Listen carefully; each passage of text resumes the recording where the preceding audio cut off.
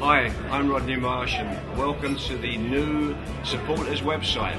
Today I'm with Mike Summerby and Fred Ayres. We're doing the Summerby Luncheon. It's a Friday and it's for the launch of my new book, Loose Cannon, which is out for Christmas. So again, welcome to all the supporters to the new website. Hope you enjoy it.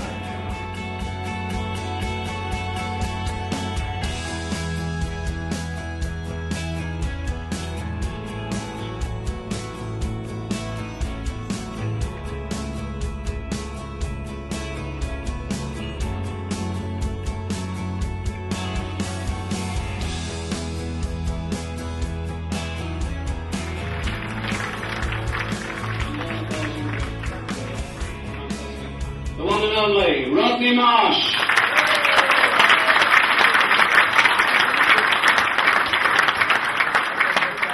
Now the title of the book is Rodney Marsh, I Was Born a Loose Cannon. Now, that says it all really. Okay, let's go. So you listed your top 10 loose cannons and put Diego Maradona at the very top above George Best. That was a bit of a surprise. To who? To me. Do you want me to list all the ones you've got? Diego top, George Best second, Eric Cantona third, Roy Keane, fourth, Gaza, fifth, Vinnie Jones. yeah. Now, Vinnie Jones, are we talking about actual ability on the ball as well? I mean, somebody like you with your ability, you're listing Vinnie Jones as well. Yeah, but where I was coming from a position of football players that have done outrageous things over the years that bring notoriety to them. I've got Bruce Grobbelaar in there as well. Number 10. Yeah, and it's not necessarily because they're great footballers, but because they've done things in their careers that have been so outrageous that nobody could have predicted it. I mean, Cantona jumping into the crowd and kung fu kicking the guy, I mean, it's just absolutely outrageous. And that's why I've said there are other, not only me, I've done mad things as well, as Tommy Good will tell you. But there's other players that have done similar things, and I've put those players 1 to 10 who I think now. Loose Cannon was first mentioned to me when I was a young player playing for Fulham, and the manager called me into his office one day, and this is absolutely how it happened, and this is the reason, part of the name of the book. And he said, Rodney, I'm going to let you go. Is this Vic Buckingham? It was Vic Buckingham. And he said, and he was an educated man. And footballers, basically, generally speaking, leave school very early. They're not particularly well read. And football is their life. Vic Buckingham, the manager, was a very, very bright, educated man. And he called me into his office and he said, we're letting you go. He said, because I don't know what you're going to do. And he said, do you know what a loose cannon is? And I said, oh, no, I've got no clue. He said, a loose cannon is on the ships during Nelson's time. The Armada. Yeah, exactly. That was Draco. So, you're getting closer and closer. That's what it is in the books. Okay. Is when they tied down the cannons, because if one actually got free, it would spread all over the decks and it would kill the soldiers. It would be a danger to his shipmates, i.e. teammates. Fred, that's what I'm trying to say. I know. Obviously not very well. So he said, and you're a loose cannon. He said, and I'm going to sack you, basically. I'm going to let you go. And that's when I first realised that that was my personality. Did you deliberately ignore team tactics or... See what? Yeah, it's easy for you to say. Team tactics, the them little white mints, you know, that they sell at the corner shop. And, or was it just completely impossible for you to conform? No, anybody that knows me, and knows me well, know that I absolutely love football. Football has been my life, football has been my passion. And I could only ever play one way, Fred. And that was to go out and enjoy myself and have fun and just play as I wanted to play and make goals and score goals. And everywhere I played, that's the way I played. And if you liked it, that was fine, and if you didn't like it, that was fine too. I joined Fulham as a ground staff lad at 16, and Johnny Haynes was the captain of England, the captain of Fulham, And Johnny Haynes was some of the older guys might remember Johnny Haynes. He was absolutely brilliant. He was a brilliant footballer.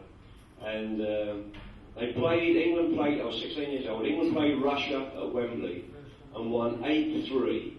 Johnny Haynes made 4 goals and scored 3 goals. And next day they come back to the ground at Craven Cottage. I got his boots and I cleaned his boots and I put the turf of Wembley, Johnny Haynes' boots, I put it in a matchbox. I kept it for years and years.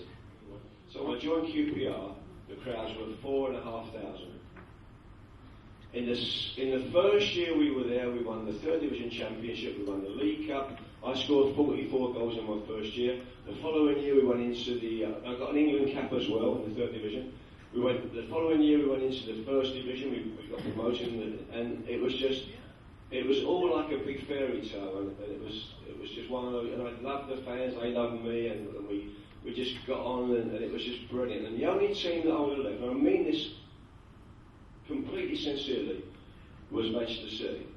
And the reason I felt that was because, first of all, was Malcolm Anderson, who I thought at the time was the greatest coach in Europe at the time. And the other thing was that it was a winning team. You looked at the table, and they were winning the 1st Division, they were winning the Cup Winners' Cup, they won the FA Cup, they won the League Cup, they won the Charity Shield. It was like year after year of winning.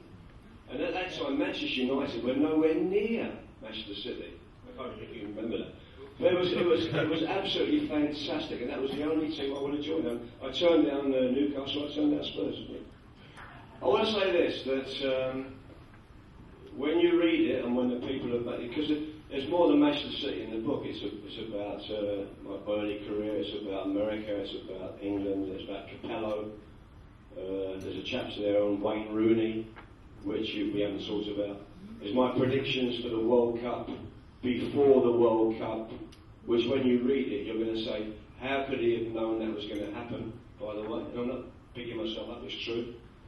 But there's one thing that's going to happen. When you read it, half of you are going to be upset and angry, and the other half are going to be understanding of what I've said about Colin Bell and Francis Lee.